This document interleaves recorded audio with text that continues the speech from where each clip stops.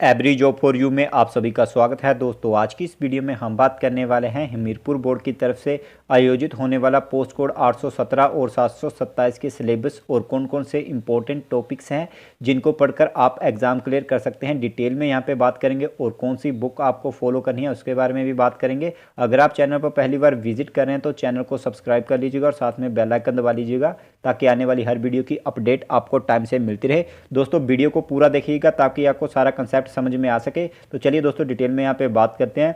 तो सबसे पहले यहाँ पे हमने यूनिट में डिवाइड किया हुआ है। सबसे पहले आपको बेसिक कंप्यूटर के बारे में सब कुछ पता होना चाहिए। तो यहाँ पे जो भी इंपॉर्टेंट टॉपिक्स हैं यहाँ पे हमने डिस्कस किए हैं। जैसे बेसिक कंप्यूटर में आपको पता होना चाहिए इसके component CPU, video, keyboard, mouse, printer, इनका काम क्या होता है। और यहाँ पे इनपुट डिवाइस और आउटपुट डिवाइस यहाँ पे लिस्ट हमने दी हुई है, इनको आप पढ़ लीजिएगा ध्यान से और इनकी वर्किंग कैसे होती है इसके बारे में भी आपको पता होना चाहिए।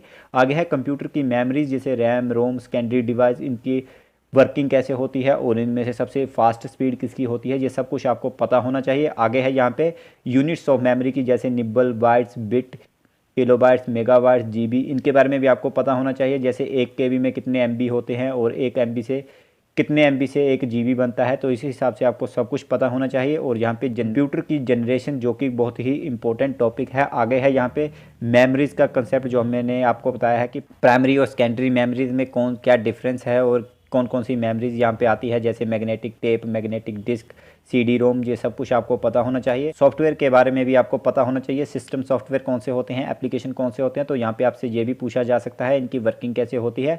और नंबर सिस्टम जैसे बाइनरी टू डेसिमल कन्वर्जन, ये भी आपसे पूछा जा सकता है। आगे है ऑपरेटिंग सिस्टम के बारे में। तो ऑपरेटिंग सिस्टम के बारे में भी आपको पता होना चाहिए, जैसे इसमें आपसे पूछा जा सकता है कोल्ड बूटिंग और हॉट बूटिंग में कौन सी जो है वो फास्ट होती है। तो इस हिसाब से यहाँ पे हमने लिस्ट डाली हुई है टॉपिक की, जैसे साइकिल बिन का काम क्या होता है, टास्क बार का क्या काम होता है, स्टार्ट मेन्यू कहाँ पे होता है।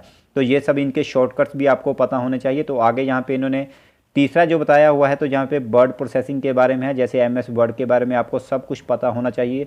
मेन्यूज़ के बारे में आपको सबसे ज़्यादा पता होना चाहिए कि किस मेन्यू में क्या क्या चीज़ें आपको देखने को मिलती हैं, जैसे सेव एज का ऑप्शन किस मेन्यू में मिलेगा, पेज सेटअप का किस मेन्यू में मिलेगा, या आपको कोई पिक्चर इंसर्ट करनी है एमएस वर्ड में तो उसका शॉर्टकट और आपको किस मेन्यू से वो मिलेगा वो आपको पता होना चाहिए। यहाँ पे लिस्ट दी गई है, डिटेल में आप इन टॉपिक को पढ़ लीजिएगा। और आपको एमएस वर्ड के सभी शॉर्टकट्स पता होने चाहिए, जैसे लाइन ब्रेक करने के लिए या पेज ब्रेक करने के लिए आपको कौन से शॉर्टकट्स होते हैं और यहाँ पे बोल्ड करने के लिए कौन सा शॉर्टकट होता है, ऐसे सभी आपको पता होने चाहिए शॉर्टकट्स। और आगे जहाँ पे पावर पॉइंट में भी सेम है, आपको बेसिक के बारे में पता होना चाहिए। और जो भी आपको पता होगा स्लाइड इंसर्ट और स्लाइड एडिट करने के लिए शॉर्टकट कीज़ कौन कौन से होते हैं। तो यहाँ पे आगे इन्होंने बताया है एमएस एक्सेल के बारे में। तो एमएस एक्सेल के बारे में आपको ज़्यादा क्वेश्चन आ सकते हैं क्योंकि यहाँ पे फॉर्मूलाज भी होते हैं और आपको जो सेल बने होते हैं इसके उसके बारे में भी पता होना चाहिए कि कैसे सेल का जो है वो एड्रेस दिया जाता है। जैसे ये सेल है तो इसका नाम कैसे दिया जाता है, ये सभी आपको पता होने चाहिए। जैसे इस साइड नंबर लिखे जाते हैं और ऊपर यहाँ पे ABC करके लिखे जाते हैं और इस सेल का जो रेफरेंस होगा वो A1 होगा। तो ये सब आपको पता होना चाहिए और एमएस एक्सेल के आपको सभी शॉर्टकट पता होने चाहिए। तो यहाँ पे डिटेल में हमने टॉपिक और कुछ फॉर्मूलाज दिए हैं, जैसे एवरेज, मैक्सिमम, मिनिमम का। तो ये सभी आपको पता होना चाहिए कि कौन सा फॉर्मूला कैसे वर्क कर रहा है। आगे बात करते हैं तो यहाँ नेटवर्किंग के रिगार्डिंग बताया हुआ है कि इंटरनेट क्या होता है, इंटरनेट के बारे में भी आपको पता होना चाहिए। और टेक्नोलॉजीज़ जो नेटवर्क की होती हैं, टोपोलॉजीज़ होती हैं नेटवर्क की, उसके बारे में भी आपको पता होना चाहिए। जैसे रिंग होती है, स्टार होती है, मैश होती है और जैसे लैन बैन बैन ये नेटवर्क के टाइप हैं उनके बारे में भी आपको पता होना चाहिए। तो यहाँ पे दी गए हैं। और यहाँ पे जो ट्रांसमिशन मीडिया है उसके बारे में भी आपको पता होना चाहिए कि कौन सी केबल में यहाँ पे सबसे फास्ट इंटरनेट चलता है, तो वो भी आपको पता होना चाहिए। यहाँ पे कुछ लिस्ट दी गई हैं तो इनको आपको थोड़ा थोड़ा पढ़ना होगा एग्जाम में, अगर आपसे कोई क्वेश्चन पूछा जाए इसके बारे में तो आपको पता हो। तो आगे है डेस्कटॉप पब्लिशिंग सॉफ्टवेयर के बारे में। तो यहाँ पे आप पढ़ सकते हैं, इसके बारे में ज़्यादा इंपॉर्टेंट नहीं है, लेकिन अगर आप ज़्यादा तैयारी करना चाहते हैं तो इसको पढ़ सकते हैं क्योंकि इसमें पेज मेकर जो एक टॉपिक है उसके बारे में ज़्यादा पूछा जा सकता है। डिजिटल इमेज एडिटिंग, ये भी थोड़ा टॉपिक है, वैसे ही है, लेकिन इसमें आपको एक्सटेंशन पता होनी चाहिए इमेजेस की या फिर वीडियोस की या म्यूज़िक फाइल की। जो भी कंप्यूटर में हम फाइल्स यूज़ करते हैं उनकी आपको एक्सटेंशंस पता होनी चाहिए। और यहाँ पे जैसे बिट मैप है ये किसके लिए यूज़ होता है तो आपको पता होना चाहिए, इमेजिंग के लिए यूज़ होता है।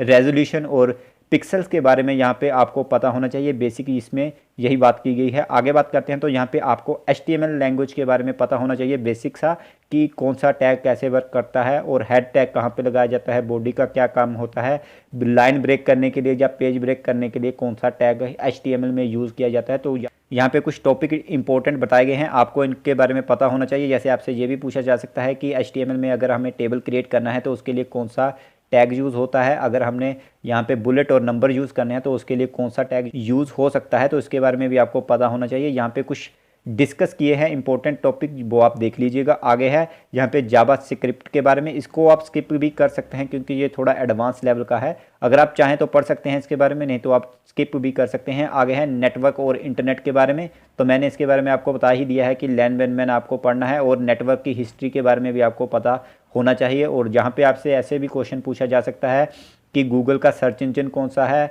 और चाइना का सर्च इंजन कौन सा है, जो कि करंट अफेयर में भी आपसे पूछा जा सकता है।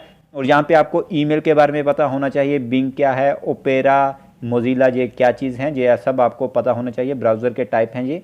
आगे बात करते हैं तो यहाँ पे डेस्कटॉप पब्लिशिंग, अगर आप पढ़ना चाहें तो इसको पढ़ सकते हैं, नहीं तो स्किप भी कर सकते हैं। आगे है XHTML और HTML में डिफरेंस क्या है और ये कैसे काम करता है, इसके बारे में भी आप पढ़ सकते हैं। आपके पास ज़्यादा टाइम है तो इसके बारे में भी आप पढ़ सकते हैं, नहीं तो आप स्किप भी कर सकते हैं। आगे है फ्लो चार्ट के बारे में आपको पढ़ना होगा, वहाँ पर आपसे ये पूछा जा सकता है कि किस सिंबल का कैसे काम होता है फ्लो चार्ट में, और एरे और फंक्शंस का कैसे काम करता है ये भी आपसे पूछा जा सकता है। जैसे फंक्शन में बाय लूप वगैरह ऐसे आपसे पूछा जा सकता है, इफ़ कैसे करती है, कंडीशन काम कैसे करती है, वो सब यहाँ पर हमने बताया हुआ है। और आगे है यहाँ पे RDBMS और MySQL, तो इसके बारे में भी आपको बेसिक नॉलेज होनी चाहिए। तो इसके बारे में भी आप यहाँ पे जो टॉपिक दिए हैं इनके बारे में आप पढ़ लीजिएगा। जैसे DML क्या होता है, DDL क्या होता है, इसके बारे में आपको थोड़ी थोड़ी नॉलेज होनी चाहिए। और यहाँ पे जैसे मैंने आपको बताया कि स्टेटमेंट्स आपकी कैसे वर्क करती हैं उसके बारे में भी थोड़ा सा आपको आइडिया होना चाहिए।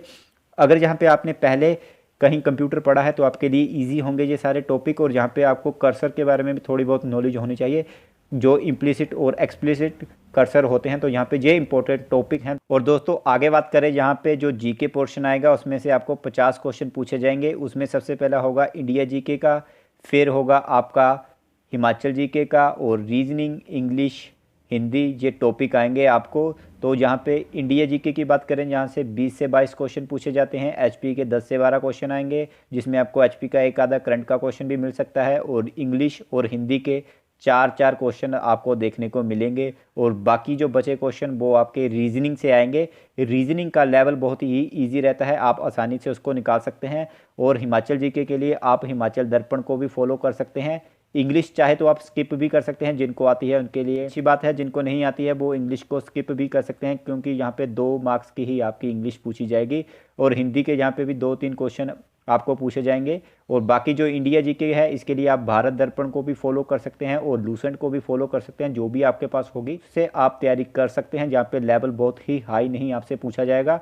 मेन जहाँ पे जो है वो 120 क्वेश्चन कंप्यूटर के हैं, जिसको यहाँ पे कंप्यूटर में अच्छे मार्क्स मिल जाते हैं 120 में से, वो यहाँ पे मैट में आसानी से ही क्वालिफाई कर जाएगा। और यहाँ पे इसके बाद जो है आपकी टाइपिंग टेस्ट होगी, उसके लिए आप सभी को पता है कि 30 वर्ड पर मिनट इंग्लिश में चाहिए। तो इसके लिए बुक की बात करें तो दोस्तों इसके लिए जो भी आप बुक फॉलो करेंगे उनमें ये सभी टॉपिक होने चाहिए, तभी वो बुक अच्छी रहेगी आपके लिए। चाहे उसके लिए आप जो है वो लूसेंट की ले, चाहे वो अरिहंत की बुक हो, तो वो आप अपने तरीके से ले सकते हैं, जो भी आपको अच्छी लगे, बस ये टॉपिक उसमें होने चाहिए, तभी आप वो बुक खरीदिएगा। अदरवाइज आपका टाइम वेस्ट होगा उस बुक को पढ़ने से। तो दोस्तों ये थी इन्फॉर्मेशन JOAIT के लिए जो टॉपिक्स इंपॉर्टेंट हैं उनके बारे में। आशा करते हैं वीडियो आपको पसंद आई होगी। वीडियो पसंद आती है तो लाइक कर दीजिएगा। अगर चैनल को अभी तक सब्सक्राइब नहीं किया है तो सब्सक्राइब कर लीजिएगा। मिलते हैं किसी और वीडियो में। थैंक यू दोस्तों।